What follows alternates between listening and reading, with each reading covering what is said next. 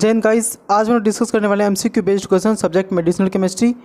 इससे पहले हमने पहले वाले लेक्चर में 10 क्वेश्चन डिस्कस कर चुके हैं। इसमें भी हम 10th या 12 क्वेश्चन डिस्कस करेंगे।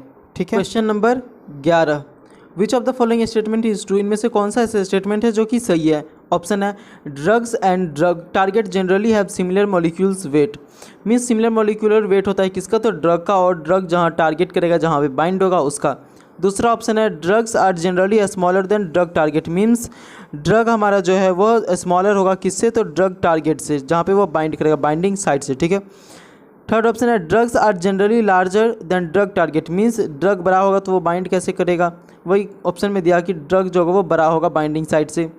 Last option there is no general rule regarding the relative size of drug and their target. Means मतलब कोई रूल ही नहीं है कि ड्रग बड़ा होगा छोटा होगा कैसा भी होगा बाइंड हो जाएगा।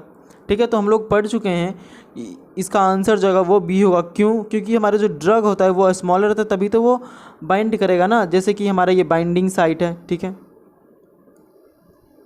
ये बाइंडिंग साइट है हमारा ये एक ड्रग है, ये इससे छोटा है तभी तो ये यहाँ पे बाइंड करेगा। ठीक है, ये यहाँ पे आके बाइंड किया। ठीक है, जैसे कि एक और हमारा बाइंडिंग साइट है, जैसे ये है बाइंडिंग साइट। ठीक है, ये इतना बड़ा है, ड्रग मॉलिक्यूल्स है वो इतना बड़ा है तभी तो ये इसमें आके फिट होगा, इसलिए हमारा आंसर बी सही है। ठीक है। Question number 12, which form a drug has greater solubility. Means इनमें से कौन सा ड्रग है जो ग्रेटर सोलिबिलिटी को बढ़ाता है, ठीक है, या फिर ग्रेटर सोलिबिलिटी प्रोवाइड करता है। ठीक है, जिसका कि लेस एनर्जी होगा क्रिस्टलाइन के लिए। ठीक है, वो ब्रेकअप करेगा, जैसे हाइड्रेट्स हो गया, एनहाइड्रस हो गया। ठीक है, इनका जो होता है एनर्जी वो लेस होता है। ऑप्शन देखते हैं, एनहाइड्रस, हाइड्रेट, क्रिस्टलसाइड एंड मोनोहाइड्रेट। ठीक है, आंसर हो जाएगा हमारा ए, एनहाइड्रस। ठीक है, एनहाइड्रस क्या करता है कि इसका लेस एनर्जी जो होता है वो लेस होता है क्रिस्टलाइन ब्रेक करने के लिए। ठीक है, और ये क्या करते हैं कि हाइड्रेट एनहाइड्रस जो होता है वो भी होता है, और एनहाइड्रस जब रहता है तो इसका जो एनर्जी है वो लेवल हाई होता है। ठीक है। Question number 13, which one will be the assessed approach to enhance the solubility and dissolution of any drug. Assess means हम लोग समझ सकते जैसे तुलना करना हो गया, या फिर हम लोग कह सकते हैं कि कोई मूल्यांकन करता है तो मूल्यांकन करना हो गया। तो इसमें क्या है, ऑप्शन है माइक्रोनाइज द ड्रग। ठीक है, उसको छोटा करता है। Convert drug into their anhydrous form, drug को कन्वर्ट करके एनहाइड्रस फॉर्म में बनाता है या नहीं बनाता है। Convert drug into their hydrous form, answer हो जाएगा D, convert drug into their salt form. Means क्यों? क्योंकि जब सॉलिबिलिटी इंक्रीज होता है, ठीक है, जब सॉलिबिलिटी इंक्रीज करेगा तो इसका डिसोल्यूशन भी इंक्रीज होगा। ठीक है, कोई भी ड्रग है वो अगर कन्वर्ट होता है हमारे सॉल्ट फॉर्म में, ठीक है, या फिर हम लोग कह सकते हैं कि सॉल्ट फॉर्म जैसे हो गया, तो ये मतलब मॉलिक्यूल्स जो होता है वो स्मॉलर में टूटता है। ठीक है, फिर उसका जो सॉलिबिलिटी जो होता है वो इंक्रीज करता है, उसके बाद डिसोल्यूशन भी इंक्रीज होता है। समझ गए।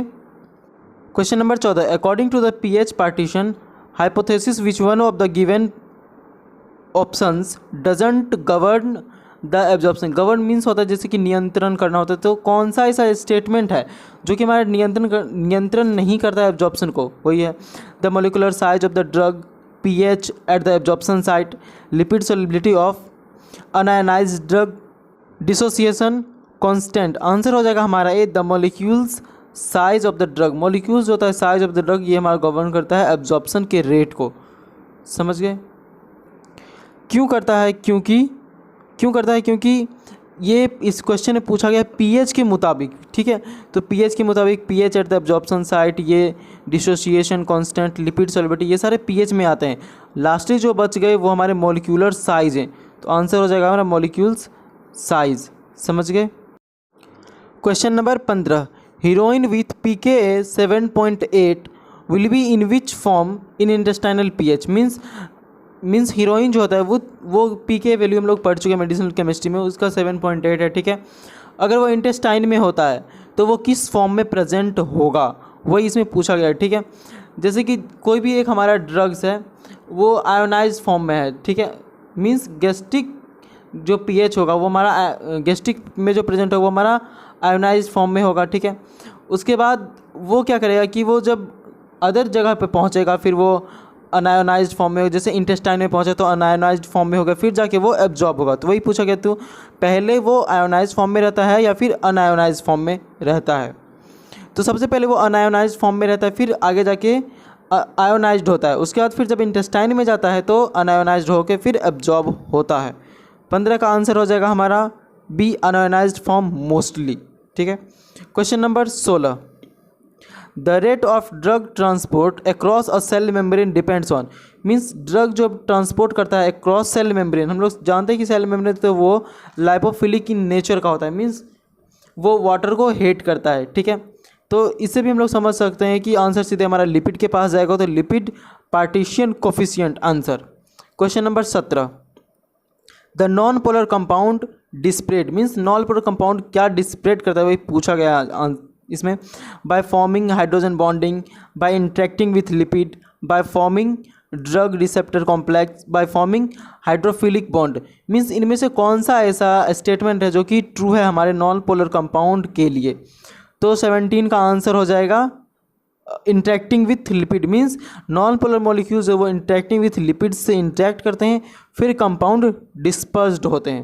Question number 18, pKa is a parameter which indicates the, means pKa value जो वो किसको इंडिकेट्स करता है, strength of drug eight acid base reaction in water, aqueous phase in phosphate buffer, hydrophilic and lipophilic character and all of the above, means pKa value in सारे चीज़ों को characterized करता है, डिफाइन करता है, इसके बारे में बताता है।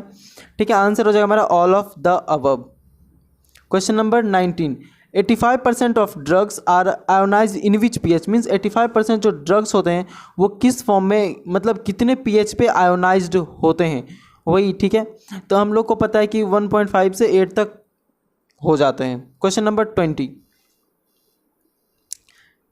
The non polar compounds dispersed, ठीक है, नॉन पोलर कंपाउंड क्या डिस्पर्स करते हुए पूछा गया कि यह किसके द्वारा डिस्पर्स होते हैं।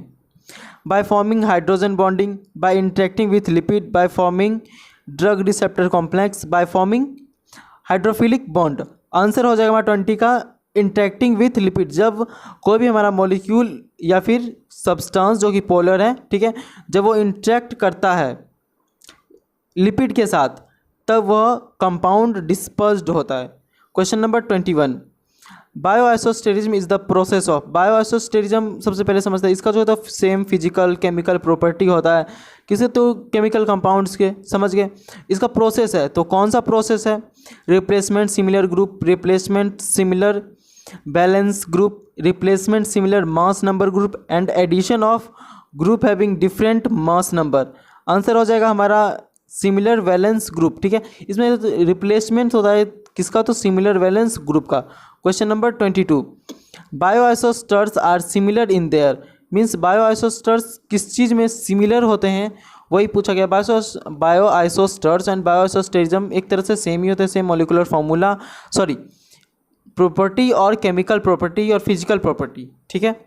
तो क्वेश्चन नंबर 22 है हमारा, इसका ऑप्शन है physical character, chemical character, both character A and B and biochemical character, means इसमें जैसे कि टॉक्सिसिटी हो गया, मॉडिफिकेशन ऑफ लेड हो गया, फार्माकोकाइनेटिक्स ऑफ लेड हो गया, तो ये सारी चीज़ें इसमें कंटेन होते हैं या फिर इन दोनों में। ठीक है।